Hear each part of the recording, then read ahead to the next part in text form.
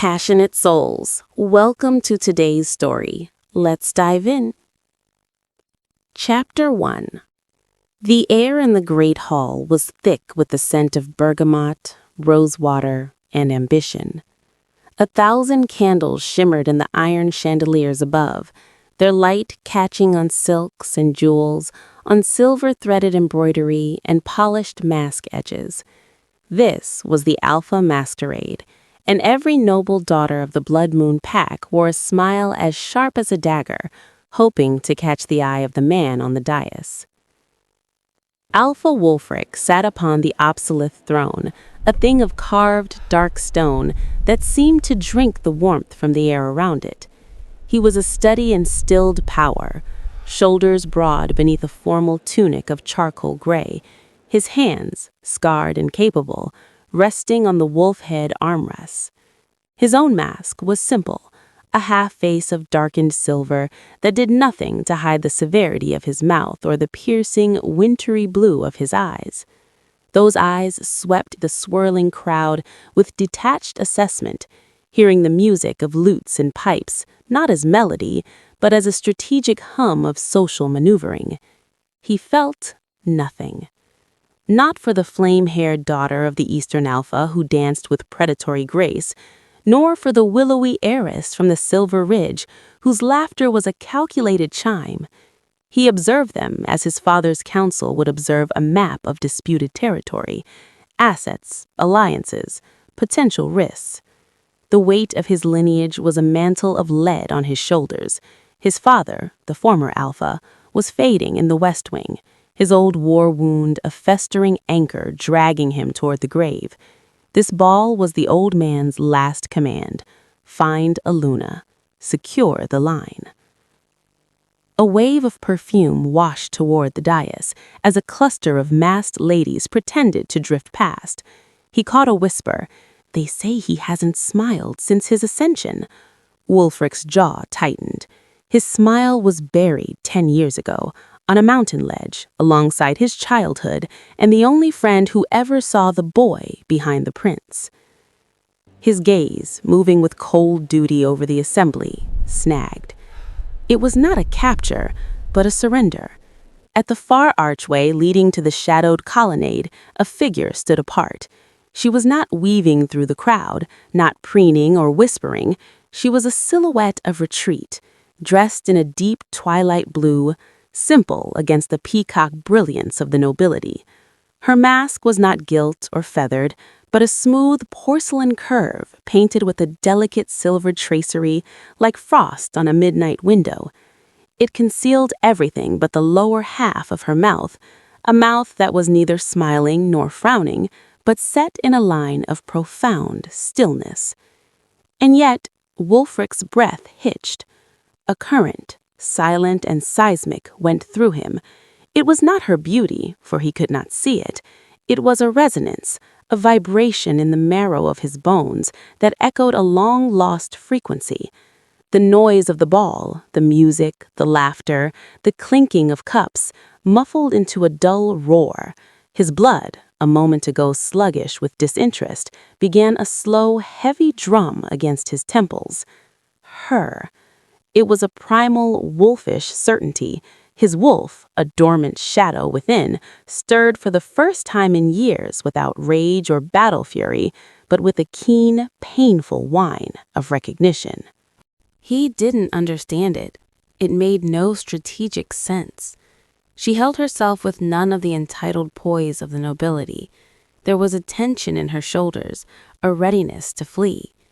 She was a wisp of smoke in a hall of solid stone, and every instinct he possessed screamed that she was the most real thing in it. Without conscious thought, his fingers curled around the edges of the throne. He leaned forward. A courtier beside him, seeing the shift, paused in his fawning monologue. The musicians in the gallery, trained to watch the Alpha's every mood, saw his focus sharpen and his body coil. One by one, the lutes faltered. The pipes died on a questioning note. A ripple of awareness spread out from the dais like a stone dropped in a pond. Conversation stuttered into silence. The swirling dancers stilled. a frozen tableau of color and confusion. All eyes turned to the throne. Wulfric stood. The movement was not the graceful rise of a host, but the uncoiling of a predator, fluid and full of latent power. The heavy silence deepened, broken only by the crackle of the great hearth and the rustle of 100 gowns as people turned. The noble ladies closest to the dais inhaled sharply. Hands fluttered to hair, to masks, to necklines. A hopeful, eager energy vibrated from them. The alpha was descending. He had made his choice. He took one step down from the dais, then another, his boots sounding a too loud thud on the polished oak floor. He did not look left or right. His path was a laser, cutting straight through the center of the parted crowd. He moved past the flame-haired dancer, who reached out a delicate hand, only to let it fall, stunned. He walked by the willowy heiress, whose confident smile dissolved into confusion. A path cleared before him, not out of respect, but out of sheer, bewildered awe. Whispers trailed in his wake. Who was he looking at? It must be Lady Selene. No, he's going past. Their speculation was a distant buzz. His world had narrowed to the archway. To her. She had seen him rise. He watched her take a small, sharp step backward, the motion instinctive, a creature of the forest sensing a hunter. Her hand rose, not in greeting, but as if to ward off a blow, fingertips brushing the air before falling to her side. She turned slightly, a clear intention to melt into the colonnade's darkness and vanish. No. The word was a roar inside his skull. He quickened his pace. The crowd gasped as he broke into a stride that was just short of a run, his ceremonial cape flowing behind him. The distance closed. The scent of the crowd, sweats, perfume, wine, fell away, and he caught a new thread on the air. Chamomile, crushed pine needles, and the clean, sharp scent of a coming storm. It was a scent that pierced the fog of his memory, a ghost from a green, sun-drenched past. She was at the edge of the stone colonnade now, the cold night air from the garden whispering around her. He was 10 paces away. 5. "You," he said, and his voice, unused to anything but command and decree, was rough, scraping from his throat. She flinched. Her back met the cold stone of the archway, trapped. He stood before her, closer than was proper, his height and breath blocking her from the staring ballroom. The silence behind them was absolute, a held breath. Up close, the details assaulted him, the faint tremor in the hand that clutched her skirt, the rapid pulse beating at the base of her throat, just above the modest neckline of her gown, and her mouth, that quiet, solemn mouth he could not stop staring at. "Remove your mask." It was not a request, it was the Alpha's order, low and guttural. A shudder went through her. She shook her head, a minute, desperate movement. Her voice, when it came, was a whisper meant only for him, layered with a plea that felt like a physical touch on his skin. "Please, please don't take my mask off." The words, the raw fear in them, should have given him pause. Instead, they ignited a desperate, irrational fury. This mystery, this pull, it was a compulsion he could not name and could not bear. He needed to see. He needed to know the source of this earthquake in his soul. "I said, remove it." He reached out, his hand closing not around the delicate porcelain, but around her wrist. Her skin was warm, and the contact sent a jolt through him, electric and agonizingly familiar. "Please, please," she begged again, her voice breaking. She tried to pull back, but his grip was iron. He saw the glimmer of tears welling in the visible part of her eyes, magnified by the porcelain edge. Reason deserted him. There was only the need, the howling void of a 10-year question that suddenly had a shape and stood before him. His free hand came up. His fingers found the cool, smooth edge of the mask at her temple. "No!" Her cry was a choked thing of true terror. He pulled. The silk cords snapped with a sound like breaking threads of fate.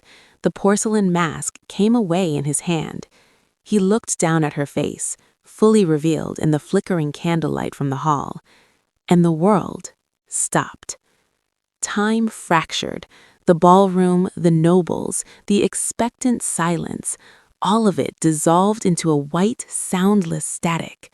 He knew that face, not as it was now, a woman's face, pale and etched with a stunning, heartbreaking beauty.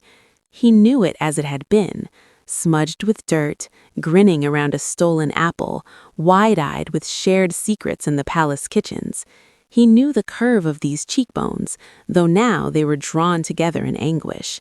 He knew the shape of these eyebrows, though now they were drawn together in anguish. He knew the hazel of these eyes, though they now held a lifetime of shadows he had put there. But cutting across the left side, from temple to jaw, a savage silvery scar marred the perfection, a legacy of claws, a testament of a push given in a moment of selfless courage, a brand of his own cowardice. The name tore from him, not as the alpha's roar, but as a breathless, shattered thing, a confession and a curse all at once. Leontia! The mask slipped from his nerveless fingers. It struck the stone floor and shattered, the porcelain cracking into a spider web of lines, echoing the fracture in his own composure. He stared, frozen in shock, his blood turning to ice and fire simultaneously. The ghost of his deepest shame was not a ghost at all. She was here, she was flesh, and she had been begging him not to look. Chapter 2. The world did not so much shrink as it inverted. The grand ballroom, with its sea of stunned faces and held breath, folded into a distant, silent backdrop. The only thing in focus, the only thing that existed, was the face before him. Leontia. The name echoed in the hollow chamber of his ribs, a ghost finally given form. The shock was not a single blow, but a series of them, each more devastating than the last. The first was the sheer impossible fact of her presence. The second was the woman she had become, the soft lines of childhood honed into elegant, stark beauty, a beauty that made his throat ache. The third was the scar. It was not a faint line or a gentle memory. It was a brutal, silvery gash that carved from her left temple, skimming the corner of an eye he remembered as perpetually bright with mischief, down across the curve of her cheekbone to her jaw. It was a landscape of old pain, a permanent storm cloud on her skin. In its wake, the skin was pulled slightly, giving that side of her face a solemn, weary stillness, even as the other side trembled with present fear. It was a testament, a receipt for a debt he had never paid. He had done this. The knowledge was of physical sickness, a cold void opening in his gut. His hand, which had so ruthlessly torn the mask away, now hung useless in the air between them. He watched as her eyes, those wide hazel eyes that had once held unwavering faith in him, filled with a liquid sheen of pure horror. It was not the horror of being unmasked before the elite of the Silverspine Pack. It was the horror of being seen by him. A collective gasp finally rippled through the crowd, breaking the spell of absolute silence. Whispers, sharp and confused, began to rise like hissing steam. Who is she? That scar. The alpha looks as if he's seen a specter. Leontia's hand flew to her cheek, not to cover the scar, but as if to confirm the exposure, her fingers brushing the raised tissue in a fleeting, vulnerable gesture. She took a sharp, shaky breath, her shoulders squaring with a dignity that seemed to physically distance her from him. The plea that had been a whispered secret between them, now a public wound, and she was stitching herself back together before the vultures descended. "You," Wulfric finally managed, his voice a rough scrape of sound, devoid of all its former alpha command. It was just a man's voice, stripped bare. "You alive?" It was a foolish thing to say. Of course she was alive. She stood there, breathing, her chest rising and falling rapidly beneath the simple blue gown. But the girl from his memories had been frozen in time, a brave, bleeding child on a mountain ledge. He had never let himself imagine her growing, living, becoming. He had sealed her away in a shrine of his own guilt. Her gaze, which had been darting toward the escape of the colonnade, snapped back to his. A spark ignited in the depths of her shock. Not anger, not yet, but a fierce defensive pride. I am my alpha. The title was a deliberate wall, a polished stone placed between them. I am the healer summoned for your father. Each word was a small, precise hammer blow. Healer, summoned, your father. She was not here for the masquerade. She was not a specter from his past come to haunt him. She was a professional, here on business, and he had just publicly accosted her. The reality of the situation crashed down upon Wulfric with the force of an avalanche. He was the alpha of the Silverspine Pack, standing in the center of his own court, having just shattered the decorum of the mating ball to violently unmask a low-born healer, and not just any healer. The memory of that day on the mountain unspooled behind his eyes with cruel clarity. Not the rogue wolf, not the terror of the fall. Her face, streaked with dirt and blood. Her small arms shaking with the strain of holding him. The look in her eyes when his father had roared his accusations. A look of betrayal so profound it had carved something out of him.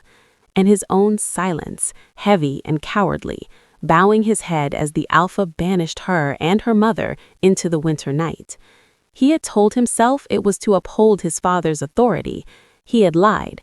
It was to hide his own shame.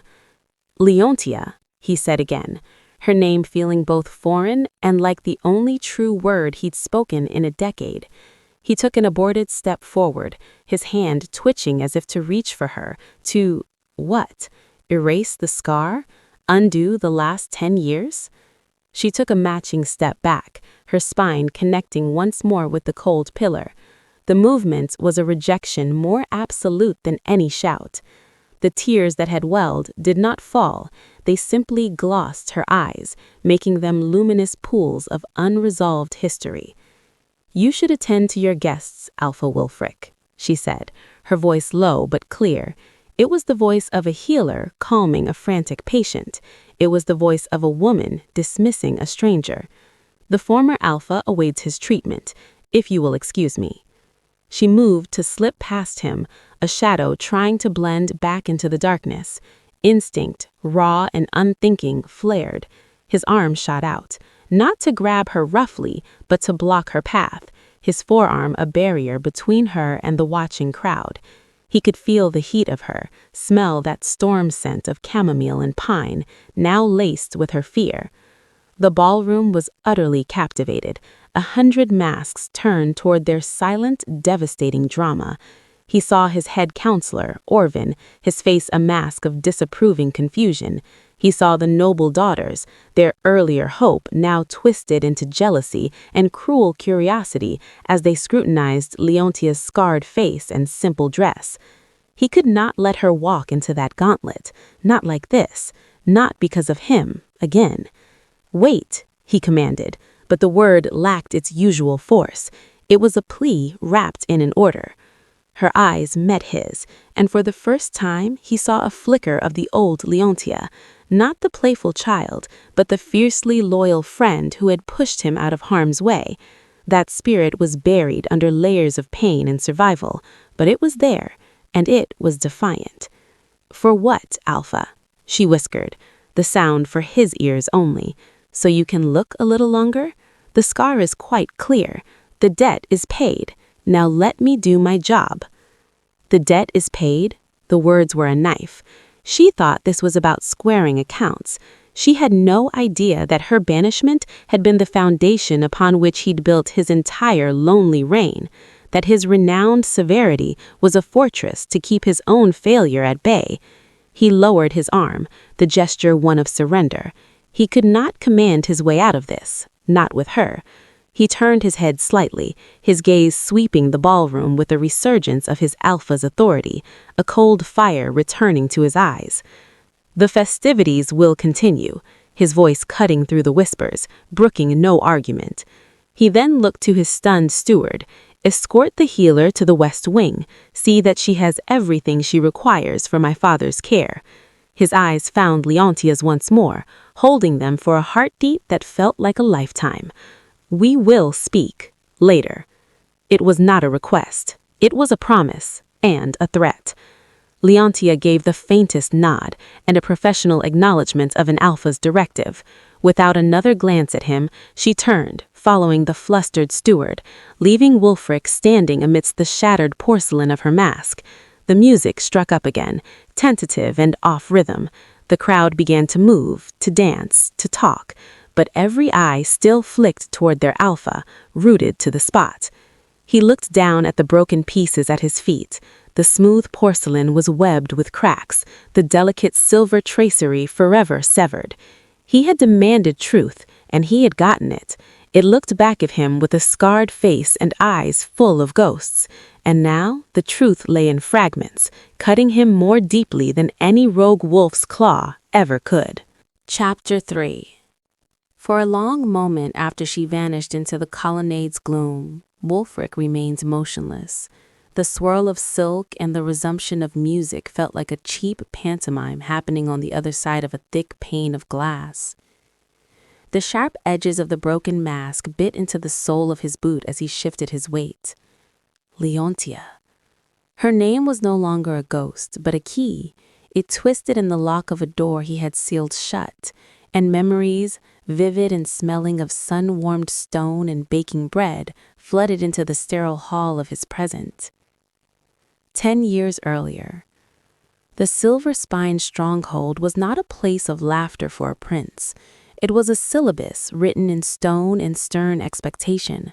Wulfric, small for his 10 years but carrying the weight of his name like an oversized cloak, found his refuge not in the austere training yards or the silent tapestry-hung halls, but in the kitchen's perpetual, fragrant chaos. It was there he found Leontia. She was perched on a tall stool by the great flour-dusted table, her legs swinging, a half-peeled potato in one hand and a dog-eared herb in the other. A smudge of earth decorated her cheek. She didn't look like the polished noble children brought to court. She didn't curtsy too deeply or choose her words with fearful care. When he first lingered in the doorway, she merely glanced up, her hazel eyes curious. "You'll get in the way if you stand there," she stated plainly, nodding to where a scullery maid rushed cast with a steaming pot. He stepped aside, intrigued. He's the alpha's son, a declaration that usually commanded immediate attention. She shrugged her shoulders. "I know. You look like him. Your boots are cleaner, though." She returned to her book, then slid a wooden bowl of early peas toward him. "If you're staying, you can shell." It was the first order he'd ever received that felt like an invitation. He sat, the gritty texture of the pea pods a strange novelty. His silence wasn't the heavy, expectant kind he endured with tutors. It was comfortable.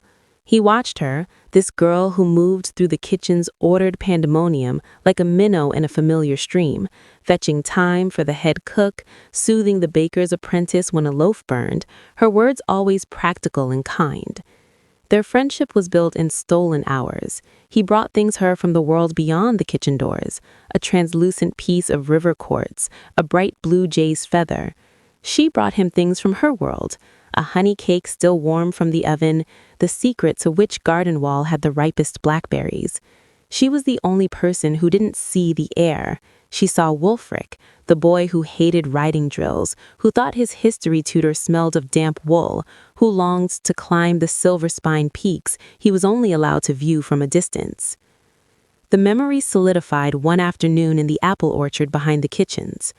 He was in a black mood, his knuckles scraped from a corrective bout in the training ring, his father's voice still echoing in his ears. A Silverspine does not show weakness. A Silverspine leads. A Silverspine endures. Leontia found him kicking at the gnarled roots of an old tree. She didn't speak, just sat beside him and waited. The quiet between them was a living thing, patient. "I feel like a bird in a cage," he finally muttered, the confession torn from him. A beautiful one, but a cage all the same. They talk of the vast packlands, the mountains, the aurora over the northern crags, as if they are stories. I want to see them. I want to feel the wind at the peak, not just hear about it in a lesson. He expected her to recite the rules, to remind him of his duty, his safety. Instead, she plucked a blade of grass and twirled it. "My mom says the aurora looks like the spirits of great wolves dancing," she said softly. "I'd like to see that too." He turned to her, hope a dangerous flare in his chest. We could sneak out, just to the foothills, just to see." Her eyes widened, the practical cook's daughter surfacing. "Wulfric, your father would be furious. It's forbidden." The rejection from her stung more than any from his father. He scowled, the familiar mantle of lonely pride settling back on his shoulders. "I thought you were my friend. A real friend would want me to be happy. A real friend would understand." He saw the words land, saw the hurt flicker in her eyes before it was banked by concern. She chewed her lip, looking from his desperate face to the distant purple silhouette of the mountains. The conflict in her was a visible thing. She knew the danger, the consequence, but she also saw the boy in the cage. Her shoulders slumped in surrender. "Just to the foothills," she whispered, the agreement sealing their fate. "And we have to be back before sundown." The memory of their escape was a blur of exhilaration and shared breathless fear. The vastness of the world beyond the stronghold walls was a drug. They ran through fields of wildflowers, their laughter untethered. He led her up a steep game trail onto a lower spur of the mountain, a place he'd heard the guards describe. By the time they collapsed on a soft patch of grass in a high meadow, the sun was bleeding gold into the horizon. "It's bigger than I imagined," Leoncia breathed, lying on her back beside him, the entire pack territory spread below like a living tapestry. "This is nothing," Wulfric said, his chest swelling with a freedom so profound it was dizzying. "One day I'll go to the very top. I'll see the aurora from the highest crag. I'll run for days and not see a single wall." He was painting a future for her, a future where he was free and she was in it, when the low growl vibrated through the earth beneath them. The rogue wolf was a monster of muscle and matted gray fur, its eyes two chips of yellow ice. It emerged from the tree line with a predator's terrible patience. Their childhood ended in that instant. The rest was a nightmare of screaming muscles and stark terror. The scrambling retreat, the sickening lurch as the ground disappeared beneath his feet, the desperate crushing grip of her small hand around his wrist as he dangled over the abyss. Her face white with strain, teeth gritted, her other hand clawing at the rocky ledge. "Don't let go," he had begged, the alpha son gone, just a terrified child. "I won't." The promise was a sob. With a strength that defied her frame, she hauled him up, his chest scraping over the cliff edge. The rogue wolf chose that second to leap. Time slowed. He saw the arc of its body, the claws aimed for his throat. And then Leoncia was moving, not away, but into the space between them. A shove against his shoulder sent him sprawling to safety. A wet, tearing sound, and her scream, a sound he would hear in every silence for 10 years, rent the twilight. Then came the thunder of boots, the shouts. The rogue wolf, with lightning speed, quickly dashed into the forest and disappeared. His father, a giant of fury and fear, was there, yanking him into a bruising embrace. "You're alive. By the moon, you're alive." The world snapped back into a cruel, sharp focus. Wulfric, gasping, saw Leoncia on the ground, clutching her face. Her hands trembled as she clutched her face, the sharp sting of the fall radiating through her fingers. His father's attention turned to her, his relief hardening into wrath. "You!" the Alpha boomed, his voice colder than the mountain air. "You wretched girl! You dared to lure my son, my heir, into this wilderness? You disobeyed the law of this pact and nearly got him killed for your childish folly." Wulfric's mouth was dry. He opened it. "It was my idea. I made her come. She saved me." The words were there, screaming in his mind, but his father's hand was on his shoulder, a grip of iron, and the Alpha's anger was a towering, terrifying force. The disappointment in his father's eyes, now turned away from Leoncia and onto him, was a worse fate than any punishment. To be seen as weak, as disobedient, as influenced by a kitchen girl, it would shatter the fragile esteem he craved. He looked at Leoncia. Her eyes, over her bleeding fingers, found his. They held not accusation, but a desperate, fading hope. "Tell him," they pleaded. He bowed his head. He saw the hope in her eyes gutter and die, extinguished by the flow of her own blood. She didn't protest. She simply knelt in the dirt, quivering. She murmured, "I'm sorry, Alpha," her voice barely audible over the wind. Her mother's wail of desperation in the courtyard the next day, as they were cast out with nothing but a small bundle, was the last sound he associated with her. He had watched from a high window, his own face pale, a prince in his cage, more trapped than ever before. The final, haunting note of a court melody yanked Wulfric back into the present. The ballroom spun on, a glittering denial of the past. The scent of chamomile and storm still lingered in the space where she had stood. The girl from the palace kitchens was gone. In her place was a healer with a scar and a spine of steel, who had looked at him not with the fondness of memory, but with the weary recognition of a debt collector. And he, the Alpha of the mighty Silverspine Pack, was left standing amidst the wreckage of a mask and his own pride, realizing with dawning, horrifying clarity that the cage he had inhabited all these years was not of stone or duty. He had built it himself, the day he let her take the blame. Chapter 4. The music from the great hall was a phantom limb. Wulfric could still feel its rhythm, a discordant echo of the pulse hammering in his temples. He sat on the obsolete throne, a statue of imposed calm, as the ball churned on around him.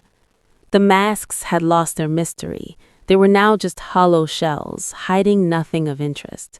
Every flicker of candlelight on silver thread made him flinch, remembering the frost-like tracery on porcelain now lying in shards. He endured it for an hour, a masterclass in glacial self-control. He nodded at dignitaries whose words were a buzz of flies.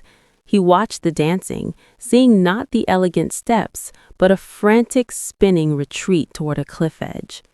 His counselor, Orvin, leaned in once, his voice a low murmur. "A disruption, my Alpha, but contained. The healer has been seen to. Perhaps a gesture to the Lady Selene would—" "The festivities will conclude at the appointed hour," Wulfric interrupted, his voice devoid of any tone that could invite further counsel. He rose, the motion cutting Orvin off mid-sentence. "You will oversee their closing." He did not stalk from the hall. An Alpha does not stalk. He processed, his pace measured, his expression the familiar, unforgiving granite his people expected. But inside, he was fracturing. The scent of chamomile and storm clung to him, a ghost in his nostrils. With every step away from the noise, the silence within him grew louder, filled with a single, screaming image, her eyes over the ruin of her face, the hope dying in them a second time. In the antechamber off the main infirmary corridor, the world was made of stone and shuddering breath. The steward's hesitant, "The former Alpha's chambers are just ahead, healer," had been met with a request so softly spoken it was almost inaudible. "A moment, to prepare my herbs. The light is better here." The door had shut, and the lock of her composure snapped. Leontia pressed her back against the cold wall, her fingers splayed against the rough-hewn stone, as if to stop the room from spinning. The tremors started in her knees and radiated outward, a seismic release of the terror and shock she had imprisoned behind a mask of stillness. She could still feel the violent tug at her temples, the snap of the cords, the explosive freedom of the cold air on the scar she had spent a decade hiding from strangers. Her wrists, where his fingers had clamped, throbbed. A polished bronze basin sat on a stand for washing. She forced herself to look. The face that stared back was a stranger, paled by shock, her lips bloodless, and the scar, a brutal, silvered valley cutting through the landscape of her cheek, was hideously prominent in the steady torchlight. It was not just a mark, it was a story, written in a language of pain and betrayal, and he had just forced the entire court to read the first line. The exposure was a violation more profound than any touch. She could not walk into the den of the old wolf like this, not raw, not unveiled. Her breathing, ragged and too fast, began to slow through sheer force of will. She was not a girl anymore. She was Leonisha, the healer. That identity was her armor, forged in the fire of her banishment. She turned to her satchel, a worn leather companion that held her past and her purpose. From a side pouch, her fingers, still trembling but functional, withdrew a fold of soft gray felt. It was her spare, a practical tool.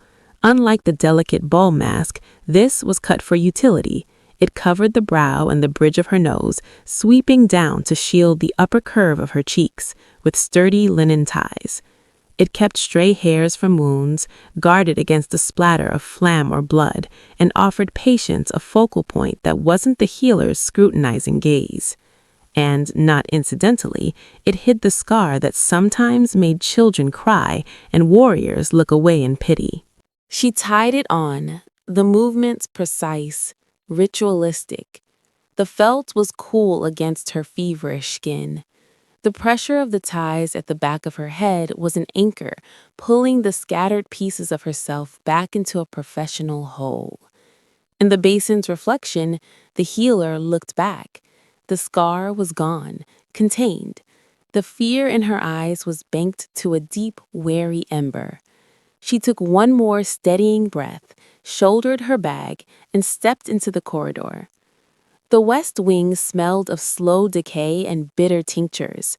The former Alpha's chamber was spacious but felt close, dominated by a great canopied bed where a shriveled version of the giant from her memories lay propped on pillows.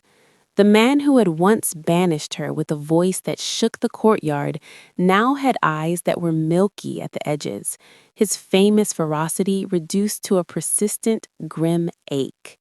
"The healer," he grunted as she entered, his gaze passing over her gray mask without interest. To him, she was a function, not a person. The irony was a sharp, private knot in her stomach. "My lord," she murmured, the title ash on her tongue. She set to work. Her hands were the steady part of her.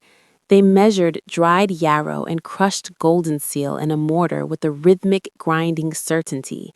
They tested the heat of water for the poultice on the inside of her wrist. They unwound the old, soiled bandages from his side with a detached tenderness. The wound beneath was ugly, a puckered, sunken valley from an old rogue's bite that had never truly healed, now red and weeping a foul-smelling discharge. "The warriors say you have a gift," the former Alpha said, watching her through slitted eyes as she cleaned the putrid flesh. His voice was a dry rustle. "I have training and patience," she replied, not looking up. Her focus was on the infection, on the mix of honey and cleansing herbs she was spreading on a clean linen pad. This was a language she understood: cause and effect, corruption and cleansing. It was simpler than the legacy of lies in this room. As she worked, a part of her mind screamed in a silent, high pitch. This man had condemned her mother to a life of hardship, had exiled them into a winter's night for a crime that was not hers. And here she was, using her hard-won skill to soothe his pain. The injustice was a fire in her chest. Yet her hands never faltered. This was her calling. It was also, she realized with cold clarity, her revenge. To be the one he depended on, to have power over his comforts while he remains utterly ignorant of who she truly was. She was applying the fresh poultice, her touch firm and sure, when she felt it. A shift in the air at the doorway, a presence, large and silent, blocking the light from the torch-lit hall. She knew it was him before she turned. The pull in her chest, the same cursed resonance from the ballroom announced him. Wulfric stood on the threshold, still in his formal attire from the ball, a shadow against the light. He was not looking at his father. His gaze, intense and burning, was fixed solely on her, on the gray felt mask, on her hands as they finished tying the clean bandage. He had the look of a man who had been searching for a ghost and had finally cornered it in the one place he could not avoid its stare. The room seemed to contract. The former alpha shifted, following her line of sight. "Wulfric, what is it? The ball." "The ball is concluded," Wulfric said, his voice low. It was not the voice of the alpha making a report. It was taut, strained. He took one step into the room, his eyes never leaving her. "I would speak with the healer regarding my father's prognosis." It was a flimsy pretext. They all knew it. Leontia's hands completed their task, smoothing the bandage flat. She straightened, turning fully to face the doorway, the felt mask a solid gray barrier between her past and her present. The boy who had broken her heart and the man who had shattered her mask were one and the same, standing 10 paces away. In the sick-room air, thick with memory and mint, the past was no longer a ghost. It was in the room, breathing, waiting. She inclined her head, a healer to her alpha. She said, "Of course," her voice a calm pool over a depth of turmoil. Chapter 5. The silence in the sick room after Wulfric's pronouncement was not empty. It was dense, filled with the unsaid things crowding the space between them. The only sound was the labored, wet rhythm of the former alpha's breathing. "Prognosis?" the old man rasped, his milky eyes narrowing as he looked from his son's rigid form to the masked healer. "You interrupt her work to ask what the stewards report daily. The wound is foul. I am weak. She tends to it." His irritation was a thin veil over profound exhaustion. Wulfric didn't move from the doorway. "I require a more detailed understanding from the source herself." His gaze, a relentless pressure, remained on Leontia. "Your methods, they are unconventional for the stronghold." Leontia finished tying off the clean linen bandage with a precise knot. Her hands did not falter, but she could feel the weight of his stare like a physical touch on the back of her neck. She kept her voice calibrated to a respectful, informative monotone, the voice she used for anxious family members. "The infection is deep, my alpha, but not yet in the bone. The conventional treatment of dry packing and whiskey cleanses only the surface. My poultice draws the corruption out from beneath. The honey prevents new rot and encourages the flesh to knit. It is slower. It requires patience." She did not look at him as she spoke, instead arranging her vials and mortar on the side table with fastidious care. "And where did you learn such patience?" Wulfric asked, taking a single step further into the room. The question hung in the tincture-laden air. "Where did you learn anything after we cast you out?" "Necessity is a thorough tutor," she said, finally turning her masked face toward him, though her eyes were focused on a point just past his shoulder. "In the hinterlands, one uses what the land provides or one perishes. The principles are the same, only the ingredients differ." A short, derisive breath escaped the former alpha. "Peasant remedies. But if it works—" He shifted, wincing. "Leave us, healer. Return at dawn. Wulfric, since you are here, you can explain why the Eastern Alpha's son left the ball early looking like a thundercloud." It was a dismissal for her and a distraction for him, a perfect, painful return to the natural order, the alphas discussing politics, the servant dismissed. "As you wish, my lord." Leontia inclined her head, gathered her satchel, and moved toward the door. Wulfric did not step aside to give her a wide berth. He merely shifted his weight, forcing her to pass close enough that the scent of her, chamomile, pine, and the faint, clean smell of the herb she carried, was a scent from a dream, both soothing and agonizing. She passed through the doorway without a glance and was gone, a gray shadow swallowed by the torch-lit corridor. Wulfric listened to the soft whisper of her retreating footsteps until they vanished. He answered his father's questions about the Eastern Alpha's son with terse, automatic sentences, his mind a churn of porcelain shards and a gray felt mask. He did not go to his chambers. He went to the archives, a cold, windowless room that smelled of vellum and dust. The keeper, an old wolf nearly blind from decades of reading by poor light, jerked awake at his entrance. "The punishment ledgers," Wulfric said, "from the 7th summer of my father's reign." The keeper scurried to a high shelf, pulling down a thick, cloth-bound volume. Wulfric took it to a stone table, the candlelight pulling around his hands as he opened it.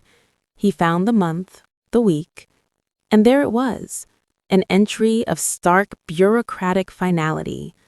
On the night of the waning moon, Mara, cook of the lower kitchen, and her daughter Leontia are hereby banished from Silverspine territory for the crime of endangering the lineage, having willfully led the Alpha's heir into mortal peril. All possessions forfeited. Entry to Pack lands denied upon pain of death. Witnessed and sealed by Alpha Thorvald. Willfully led. The words were a brand on the page. His father's version of the truth, made law by his silence. He traced the faded ink with the finger, imagining the quill scratching out their lives. He had never seen the decree before. He had only heard the courtyard doors shut. "Find me a rider from the Western Patrol," he told the hovering keeper, his voice hollow. In the small, cell-like chamber allotted to her in the servants' quarters, Leontia bolted the door.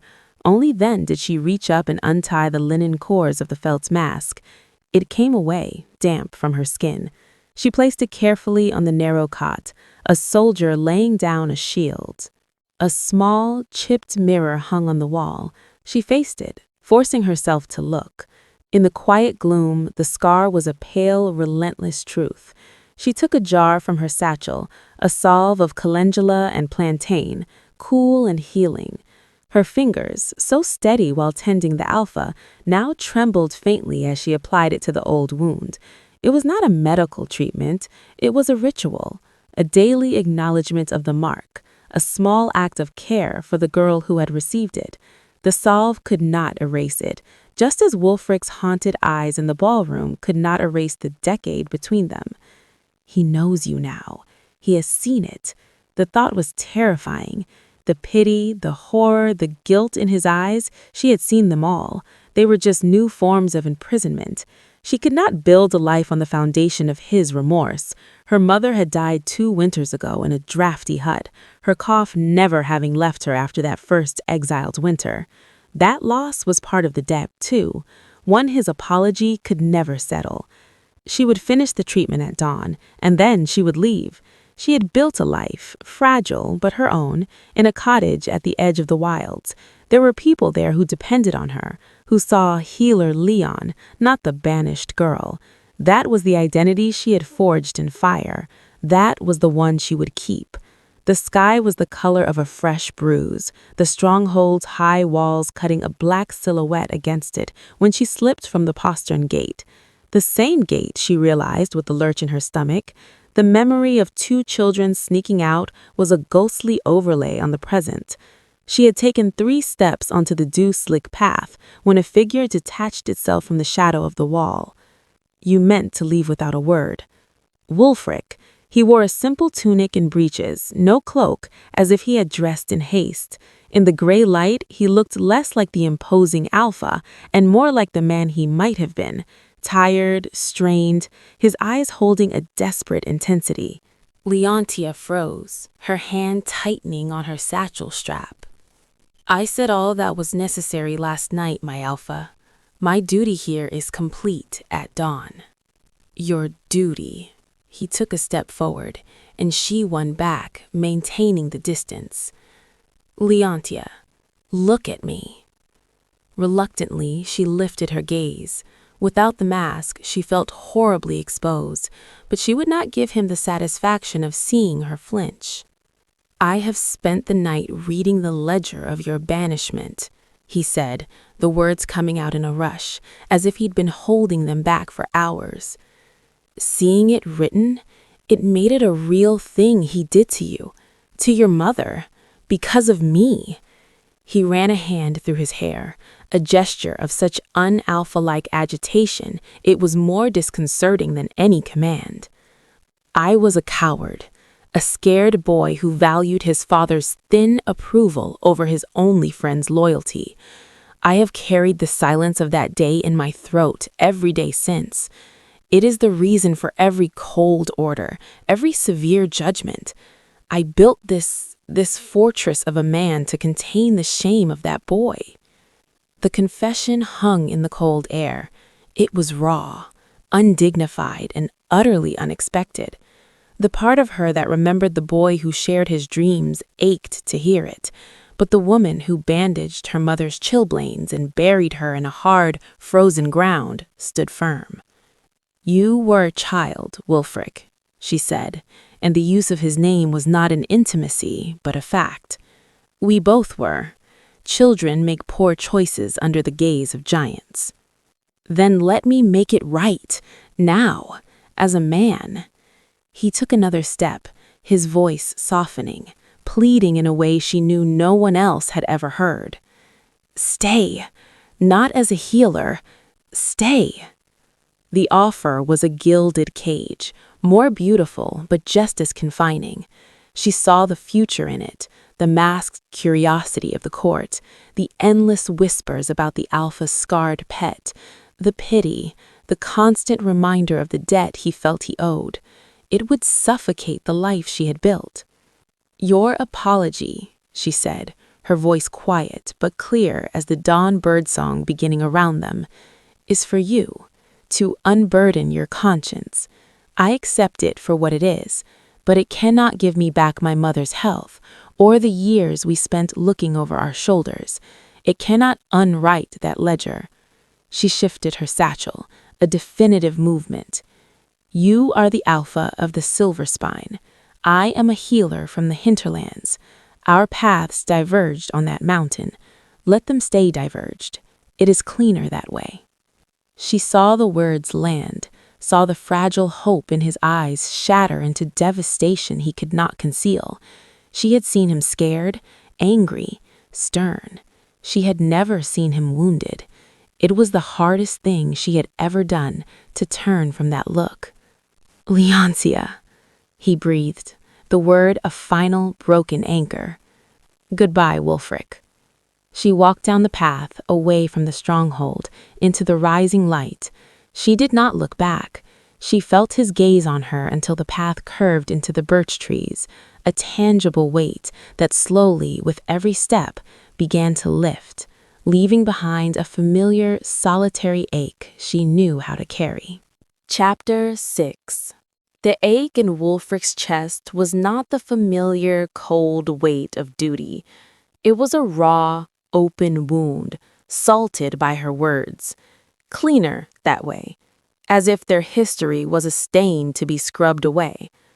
He stood in the courtyard long after the birch trees had swallowed her form, the dawn light feeling like an accusation. Her rejection should have ended it. It should have sent him back to his throne, harder and colder than before. It did the opposite. The hollow space inside him, the one he'd filled with severity and silent regret, now had a shape, a name, and a scent, and she had walked away from it, from him, not out of fear, but out of a strength he had never possessed. That strength called to the man beneath the alpha's mantle, the one who had dreamed of mountaintops. He had let duty and fear steal his soul once. He would not do it again. He did not go to the training yard to pound his frustration into a sparring dummy. He went to the armory, but not for a weapon. From a locked chest of personal relics, he took a single item, a smooth gray river stone worn by water, one of a pair he'd kept from childhood. The other was in a cottage in the hinterlands, or lost to time. He closed his fist around it, its solid reality a talisman, and walked to his father's sick room. The former alpha was awake, sipping a bitter tonic, his face etched with pain and impatience. The healer has not returned. The wound burns. The healer, Wulfric said, closing the heavy door behind him, is named Leontia. His father grunted. I don't care for her name. I care if her poultices work. You knew her name once, 10 years ago. She was the cook's daughter, Mara's girl. The old wolf's eyes, clouded with pain, sharpened. They focused on Wulfric's face, searching. A slow, dawning horror replaced the irritation. No, that is not possible. They were banished. They were. She survived. She learned. She became the healer you summoned because your own physicians have failed you. Wulfric's voice was calm, deadly so. And I will marry her. The silence that followed was not the dense quiet of the sick room from the night before. It was the volatile stillness before a lightning strike. The former alpha's hand trembled, setting the tonic cup rattling on its saucer. His face mottled with a rage that brought a sickly flush to his parchment skin. You have lost your mind, he whispered, the words a venomous hiss. That scarred creature, the cause of your weakness, of your near death, a common nobody with dirt under her nails and a face that would frighten pups? He struggled to sit higher, his breath coming in wet gasps. She is a living testament to your failure, boy, and you would make her your Luna? She is the testament to my cowardice, and her survival is a testament to her strength, a strength this pack needs more than another vapid alliance.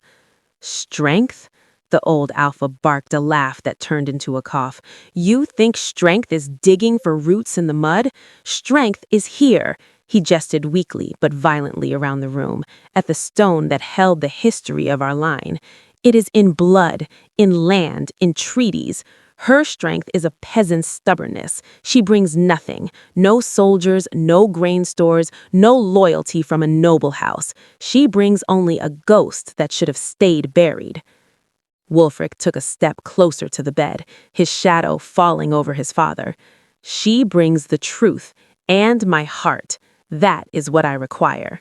Your heart, he spat, is a luxury your station cannot afford. You are not a woodsman to follow your whims. You are the alpha of the Silverspine.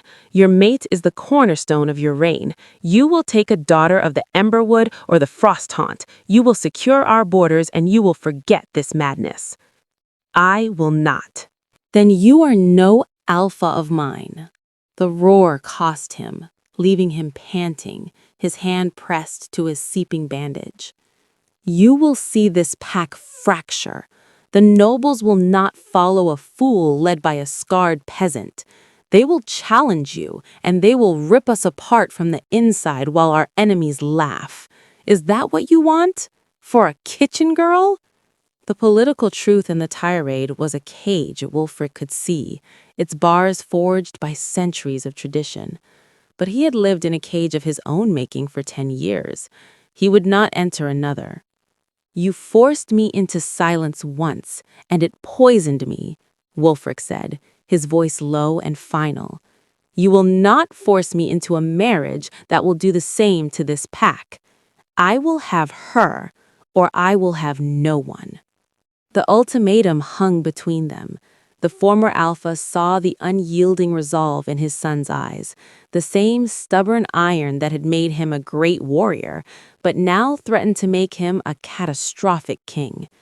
Desperation fueled the old wolf's cunning. Very well, he said, his voice dropping to a treacherous calm. "You speak of choice. Then choose."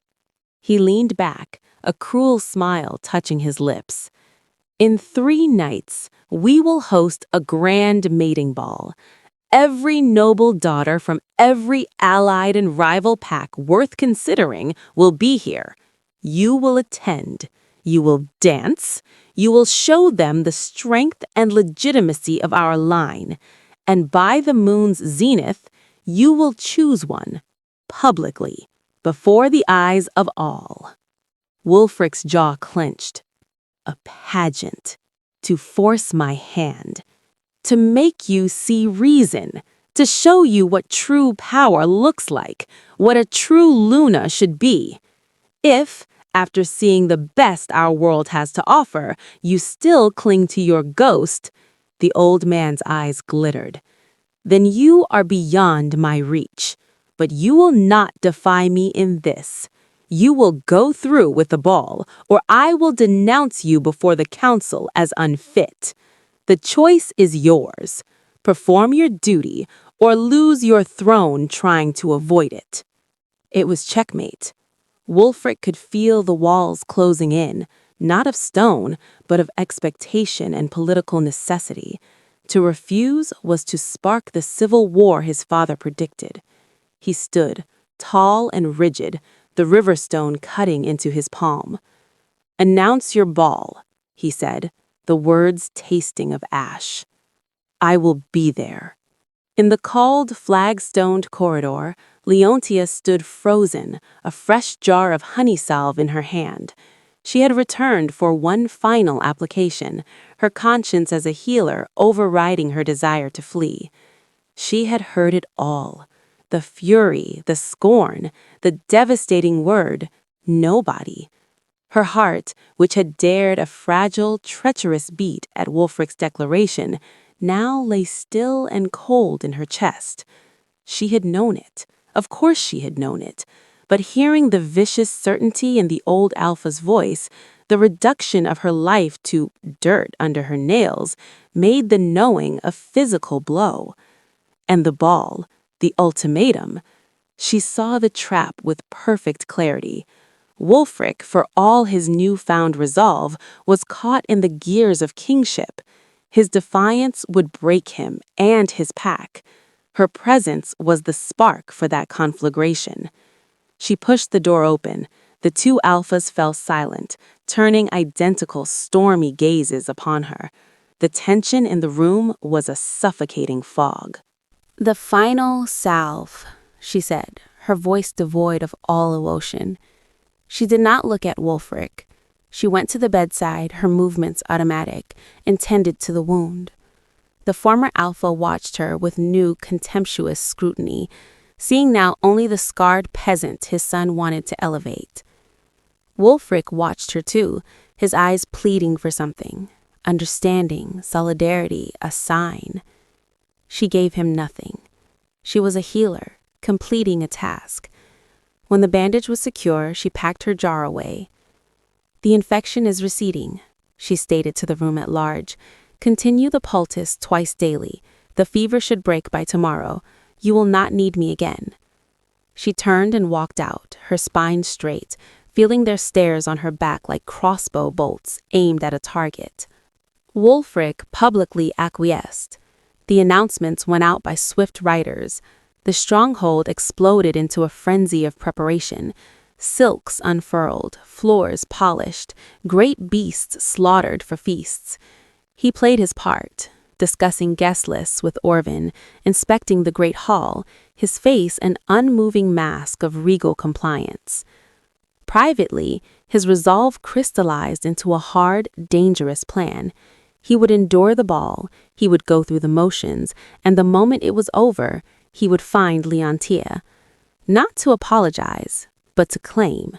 He would abdicate if he had to. He would take her and go to the mountains he'd always dreamed of. Let the pack choose a new alpha from the squabbling nobles. His father was right. His heart was a luxury. He had decided to indulge it. He just had to survive the performance first. He had to navigate a room full of ambitious nobles and their dazzling daughters, all while his every sense yearned for a woman in a gray felt mask who smelled of storms and resilience. He believed the greatest threat was his own restraint. He was wrong. In the shadows, a different pair of eyes had watched the dramatic unmasking in the ballroom. They had seen the alpha's shocking vulnerability, his singular, devastating fixation. They had heard the rumors of the fierce argument in the West Wing, and they saw the announcement of the mating ball for what it was, a desperate ploy by a fading king to control a lovesick son. To them, Wulfric's heart was not a luxury. It was a flaw, and the best way to break a man is through the thing he never meant to show. The plot was already woven. The poison, slow and subtle, was already procured. All that was needed was the right moment at the grand mating ball when the alpha's guard would be down and his attention would be on a door through which a healer would never walk. Chapter 7. The 3 days before the grand mating ball were a waking torment for Wulfric. The stronghold thrummed with a frenetic, festive energy that felt like a mockery. Everywhere he turned, he was confronted with the machinery of his own betrayal. Folds of iridescent silk blocked corridors. The scent of sugar and roasting meat from the kitchens was cloying. The endless, tinny practice of the musicians felt like needles driven into his temples. He performed his duties with a detached, glacial efficiency that made even his most seasoned counselors wary. In meetings about border patrols and grain yields, he would fall silent, his gaze distant, fixed on some unseen point beyond the stone walls. His father's ultimatum echoed in his mind, a relentless drumbeat. Choose one or lose everything. But it wasn't the threat to his throne that paralyzed him. It was the memory of Leontia's face in the dawn light. Not the scar, but the quiet, unshakable finality in her eyes as she told him their paths must stay diverged.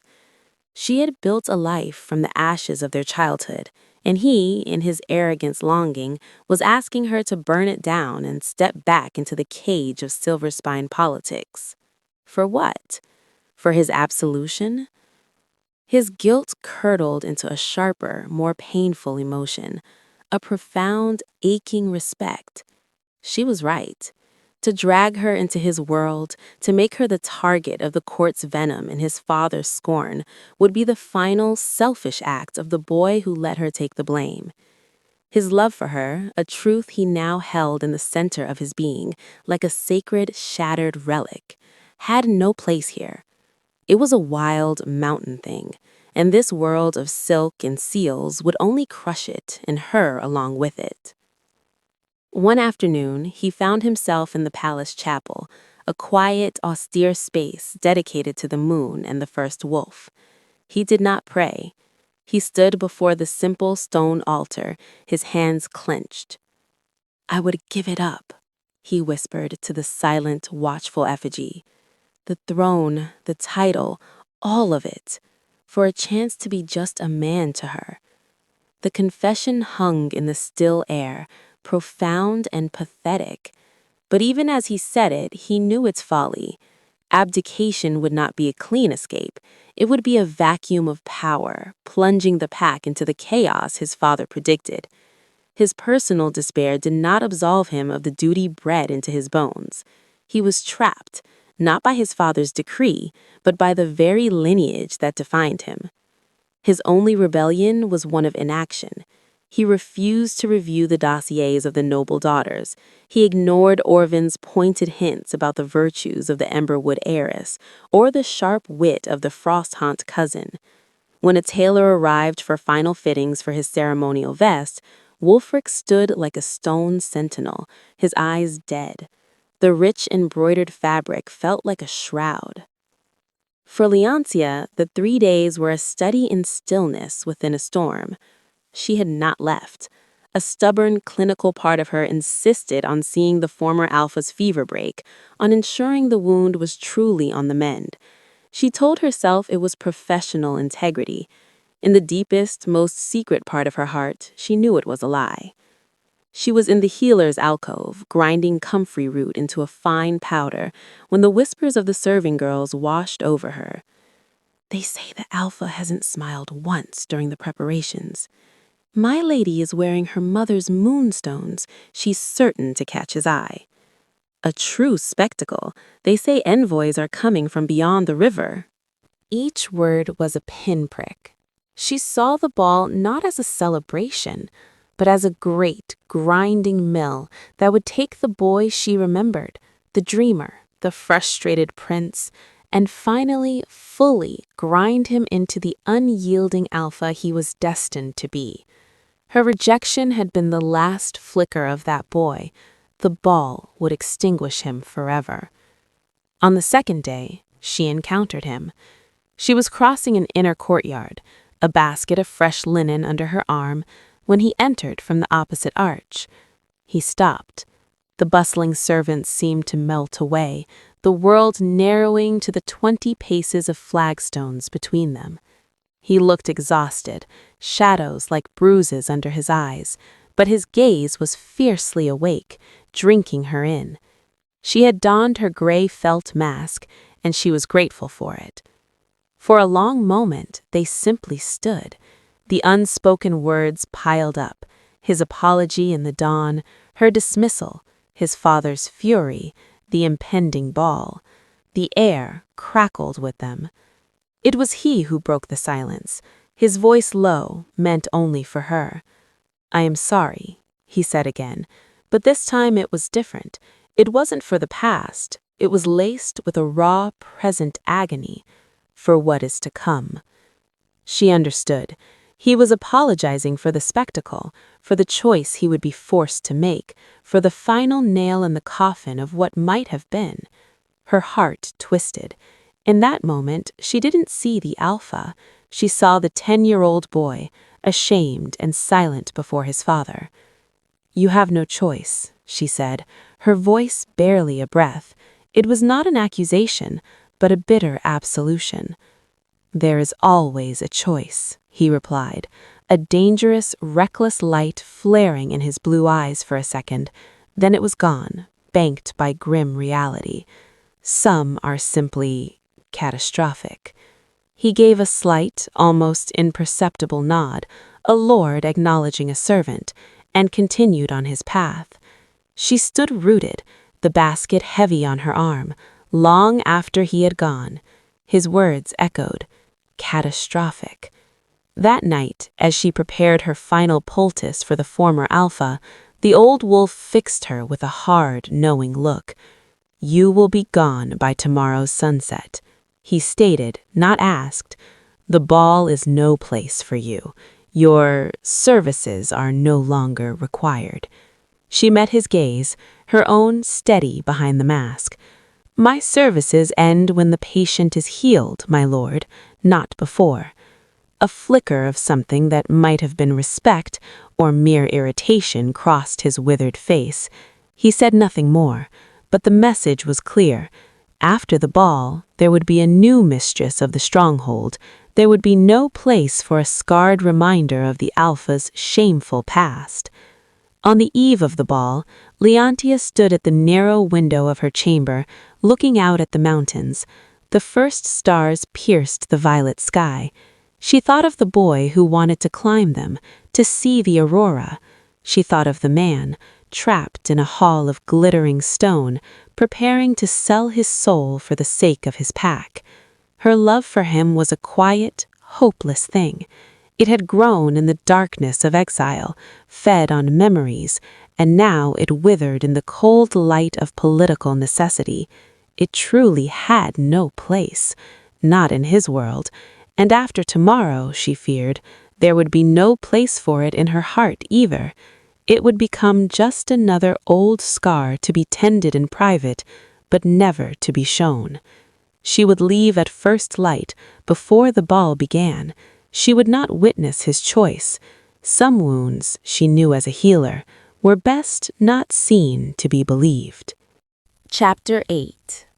The grand mating ball was a masterpiece of oppressive splendor. The great hall, which days before had been a scene of shocked silence, now thrummed with a feverish, competitive vibrancy. Hundreds of candles reflected in a sea of jewels and polished silver mask edges. The air was thick with the scent of rare perfumes, spiced wine, and ambition. Lords and ladies from allied and rival packs mingled, their laughter sharp, their eyes constantly darting toward the dais. Wulfric sat upon the obsolete throne, a statue of regal misery. He wore the ceremonial vest, a masterpiece of midnight blue embroidered with threads of actual silver that traced the peaks of the Silverspine range.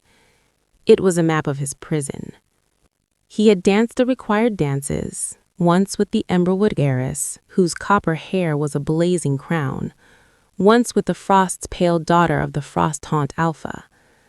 Their hands in his felt like delicate bird bones, their conversation a rehearsed melody of flattery and pedigree. He replied with curt politeness, his mind 1,000 leagues away, in a dawn courtyard with the woman who smelled of storms. His gaze kept straying to the edges of the room, to the shadows beneath the colonnades, half expecting, half dreading to see a flash of gray felt. He knew she would not come. Her absence was a physical ache, a hollow space in the roaring hall. As the night wore on, a profound numbness settled over him. The music, the laughter, the whispered calculations, all of it blended into a distant hum. He was fulfilling his father's decree, performing the pantomime. Tomorrow, he would deal with the consequences. Tomorrow, he would find a way to break the world for her, or break himself trying. But for now, he had to endure. A server, his face obscured by a simple half-mask of black cloth, wove through the crowd with a tray of crystal goblets filled with deep red pomegranate wine. He stopped before the dais, bowing deeply. Wulfric, parched from speaking inanities and wanting nothing more than to drown the taste of the evening, reached out and took a goblet. He didn't see the server's eyes, shadowed by the mask, watching him with an intensity that had nothing to do with service. He raised the cup in a silent, cynical toast to the room, and drank deeply. The wine was sweet, with a faint, bitter afternote he attributed to an unusual spice blend. He set the empty goblet down. The change was swift and violent. A cold fire ignited in his gut, not a burn, but an invasive, spreading frost. It shot up his spine and spiderwebbed through his veins.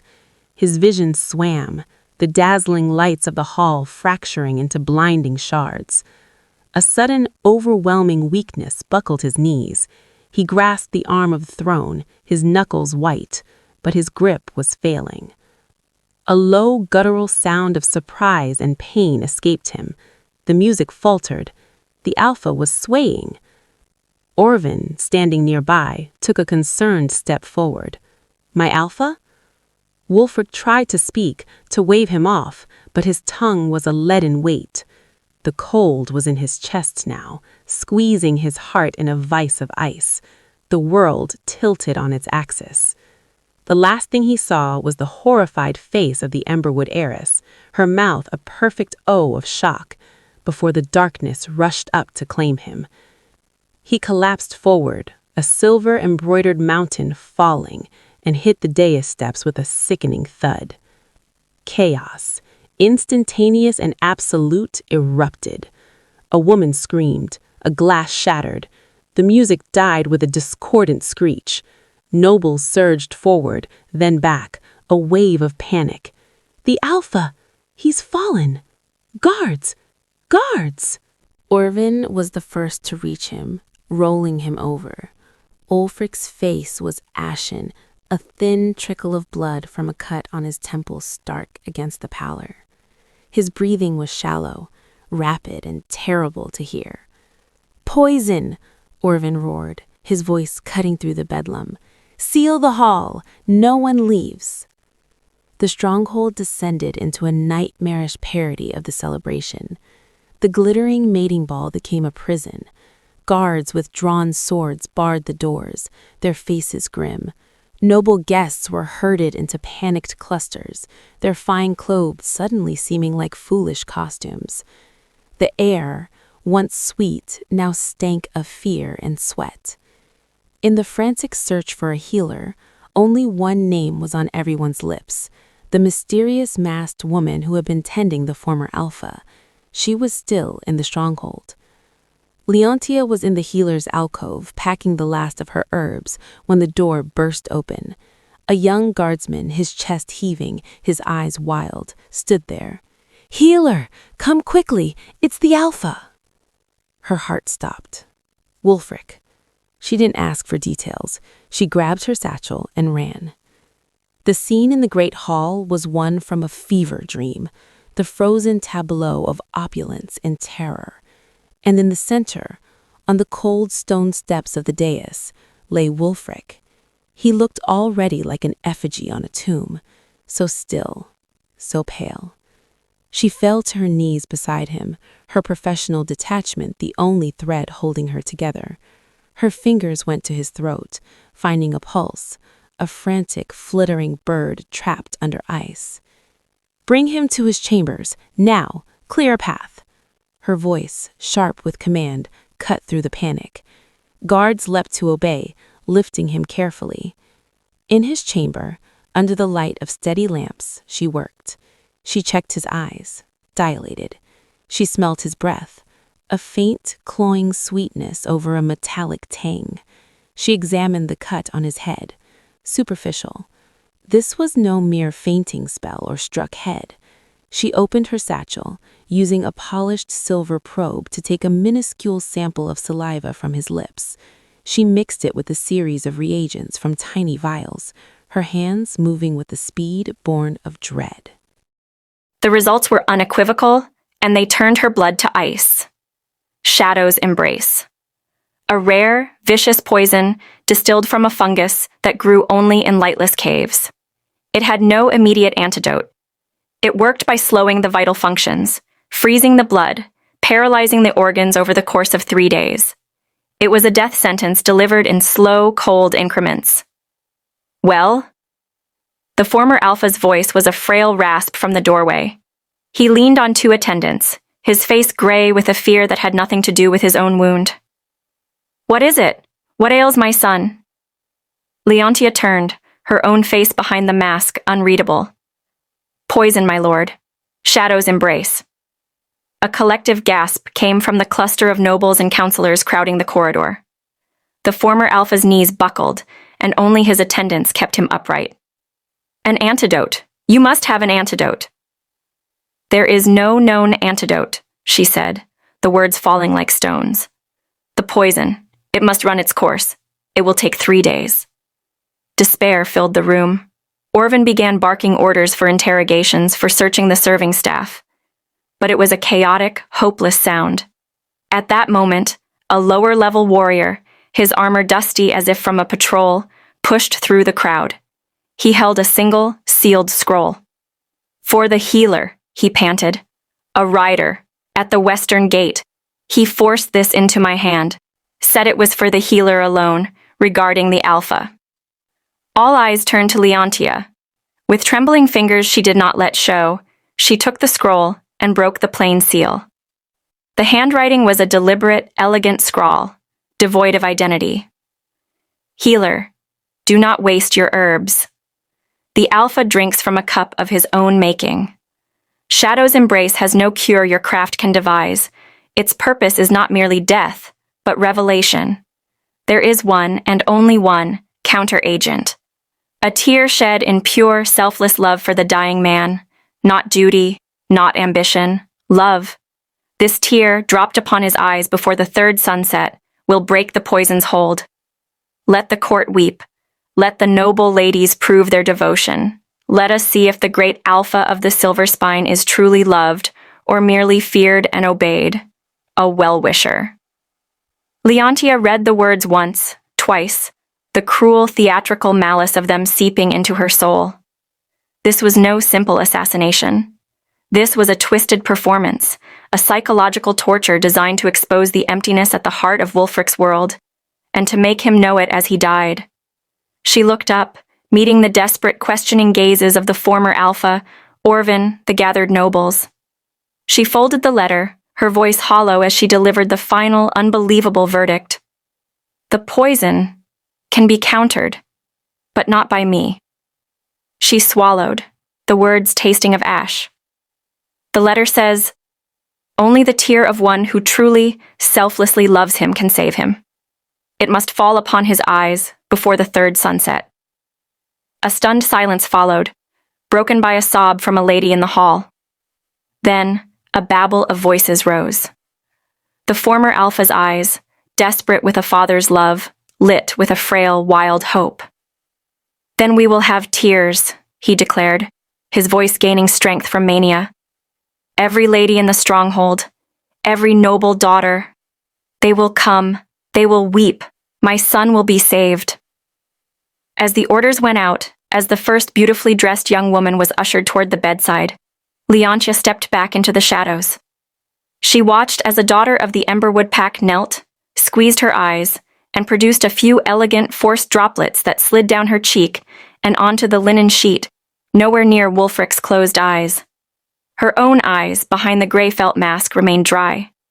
A storm of helpless, furious, devastating love raged within her, but not a single tear fell. The letter's challenge was a blade twisting in her heart. Let us see if the great Alpha is truly loved.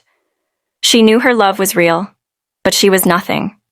A scarred healer from the hinterlands. And the world, in its cruel pageant, would never think to ask her to cry. Chapter 9. The first day was a pageant of performative grief. It began with the noble daughters who had come for the mating ball. They were led into the Alpha's hushed lamplit chamber in order of their family's status. The Emberwood heiress came first, her copper hair a subdued fire in the dim room.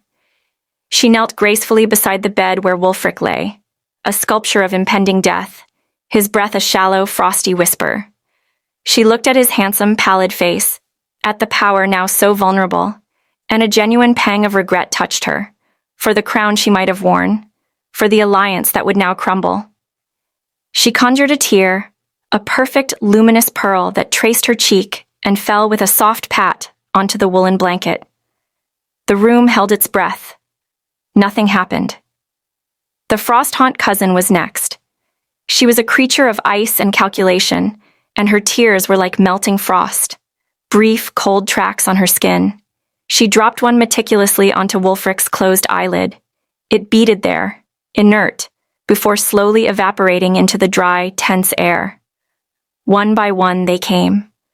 Daughters of border lords, of rich merchant families newly elevated, of distant packs with complicated treaties. Some wept easily, stirred by the drama and the tragedy. Others struggled, squeezing their eyes shut, thinking of lost advantages. Their tears fell like gentle, worthless rain on parched stone. Wulfric did not stir. The terrible, slow chill continued to claim him. By the afternoon of the first day, a frantic, superstitious energy took hold. The former Alpha, propped in a chair by the fire, his own pain forgotten, issued new orders. It was not enough to be noble. He must be loved by his people. The net was cast wider. A young shepherdess from the lower meadows, who had once received a kindness from Wulfric when a wolf killed her lambs, was brought in. She wept bitterly, her tears born of sincere gratitude and fear for a just lord. They fell on his hand. His fingers remained still. An elderly weaver, whose grandson Wulfric had spared from a harsh punishment, was guided to the bedside. Her cloudy tears of poignant memory dotted his sleeve. The chamber became a theater of public, intimate failure. Each new hopeful entrance, each concentrated silence as a tear was shed, each collective, defeated exhale when nothing happened. It chipped away at the hope in the room, leaving behind a growing, cold dread. Leontia moved through it all like another piece of the room's furniture.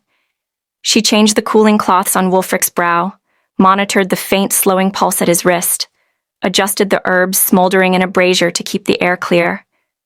She was a specter in gray felt, her movements efficient, silent. She spoke only when necessary, her voice a low monotone reporting on his stable, yet declining condition. She watched the parade of weepers with a heart that felt like it was being slowly pulverized. Each failed tear was a proof of the letter's cruel claim. He was feared, respected, needed. But was he loved?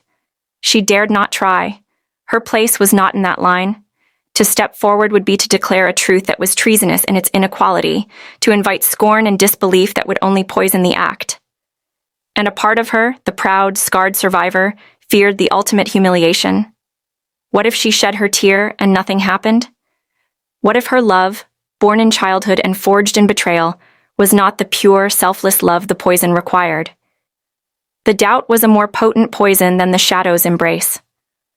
On the second day, the mood shifted from hopeful ritual to grim desperation. The tears became more frantic. A minor lord's daughter, overwhelmed by the pressure, began to wail, her tears a torrent of hysteria that soaked the pillow. She had to be gently led away. The former alpha's voice grew thinner, sharper, his eyes sunken pools of terrified denial. "There must be someone," he rasped at Orvin as another noblewoman left, shaking her head. "A childhood friend? A lover from his youth?" The question hung in the air, and for a fleeting second his gaze swept over Leontia, standing in the corner. It passed over her without recognition, seeing only the healer, the servant. The idea that the answer had been under his roof, tending his own wounds, was an impossibility his worldview could not entertain. As the second sunset approached, staining the sky a bloody orange, a terrible stillness settled over Wulfric. His breathing was now so slow and shallow that silken threads were placed before his nostrils to see them stir. The cold radiating from him was palpable, a winter hearth in the center of the room. The third and final day dawned gray and cold. The parade continued, but it was a funeral march now. Faces were drawn, hope extinguished. The noble ladies came as a duty, their tears dry or forced. The commoners who were brought in came with solemn, sorrowful faces, but their tears were for the passing of an era, for their own uncertain future, not for the essence of the man dying in the bed. By midday, the former alpha was a broken figure, clutching the arms of his chair, his eyes fixed on his son's face as if he could command life back into it through sheer will. The last of the listed noble daughters had failed. The hall outside was empty of hopefuls. A deep, fatalistic quiet filled the chamber. The only sounds were the crackle of the fire and Wulfric's agonizingly slow breaths. Sunset was a few hours away. Then, the quiet would be permanent. Orvin cleared his throat, his face grim. "My lord, there are no others." The old alpha did not respond. He just stared. It was then, from her post by the herb table, that Leontia spoke. Her voice was quiet, but it cracked the silence like a stone through ice. "Let me try." All eyes turned to her. The former alpha slowly swiveled his head, his gaze focusing on her with a dazed, irritated confusion. "You?" "Yes, my lord." He stared at her masked face. The plain gray felt an affront in the chamber of failed silks and jewels. A bitter, exhausted laugh escaped him. "You? A healer he hired for a week?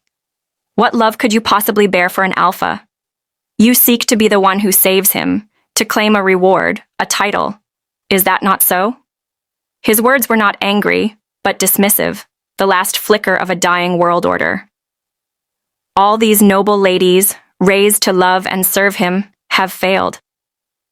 What makes you think your professional regard could succeed where blood and duty have not? Leontia met his gaze, her own hidden, her voice still calm. "I do not seek a title. I seek to prevent a death." "Your skills are with herbs and poultices, girl," he sighed, turning back to his son, dismissing her. "This is beyond skill. This is about the heart, and your heart has no stake in this." The rejection was final. Leontia bowed her head, the familiar sting of being deemed unworthy a cold echo from the past. She had offered and been refused. The weight of it settled on her. She would have to stand and watch him die, knowing she had been forbidden to even try. As the afternoon light began to slant, long and golden, through the high window, painting a path toward Wulfric's still hand on the blanket, the atmosphere became unbearable. The former alpha began to mutter, to pray to ancestors whose names he hadn't uttered in years. The guards at the door stood like stone, their faces etched with helpless grief. Then, as the first tinge of crimson touched the clouds outside, the old alpha's shoulders slumped. The last of his pride, his certainty, crumbled into dust, blown away by the desperate wind of a father's love. He looked around the room, at the faces of his warriors and counselors, all etched with the same doomed resignation. His eyes, wide and frantic, finally landed again on the still, gray-masked figure in the corner. "You," he croaked, the word a surrender. "Healer, come here." Leontia looked up. "You said you would try." It was an accusation, a plea, a last gamble with a copper coin when all the gold was spent. "Try, now, before the sun is gone." There was no confidence in his command, only the utter vacancy of hope. He was not granting her permission. He was admitting that all other gods had failed, so he might as well pray to a stone. Leontia set down the mortar she was holding. She did not look at the former alpha, or Orvin, or the guards. She looked only at Wulfric. She walked to the bedside, her footsteps silent on the rush matting. The room watched, not with expectation, but with the morbid curiosity of those witnessing a final, futile ritual. She sat on the stool beside him, the same stool dozens of others had occupied. She reached out not to take his hand, but to gently trace the line of his brow, his cheekbone, his lips, with the tips of her fingers. It was not a healer's touch. It was a mapping of memory, a farewell to the boy, to the man, to the dream that had haunted her for 10 years. And then she began to speak, her voice a soft, private murmur in the deathly quiet room. Chapter 10. Leontia's touch was not that of a healer assessing a patient. It was a recollection in flesh. Her fingertips, calloused from grinding herbs and stitching wounds, traced the arch of his brow, once furrowed in boyish frustration, now smoothed by unconsciousness. They brushed the strong line of his nose, the curve of his lips that had once whispered dreams of mountaintops, and later cold Alpha's commands. She was memorizing him, saying goodbye to the silent, living ghost who had haunted and shaped her life. The room, holding its breath, heard only the crackle of the fire and her voice, a soft, raw thread in the heavy silence. "Wulfric," she whispered, the name a secret she had carried for a decade. "I forgive you." She paused, her thumb resting against his cold cheek. "You know why? Because I've loved you ever since. There was never a day in the cold or the hunger that the memory of you didn't live here." She touched her chest, a quick, pained gesture. "Hatterness is a heavy stone. I couldn't carry it. You had already filled every part of my heart, leaving no space for anything else." A tremor went through her. The clinical wall she had maintained for days shattered. The love she had locked away, the grief for what was lost, the fear for what was about to be lost forever, surged up in a hot, unstoppable tide. Her vision blurred. A single perfect tear welled in the corner of her eye, magnified by the edge of her gray felt mask. It clung for a heartbeat, a crystal of pure, unguarded emotion, before breaking free.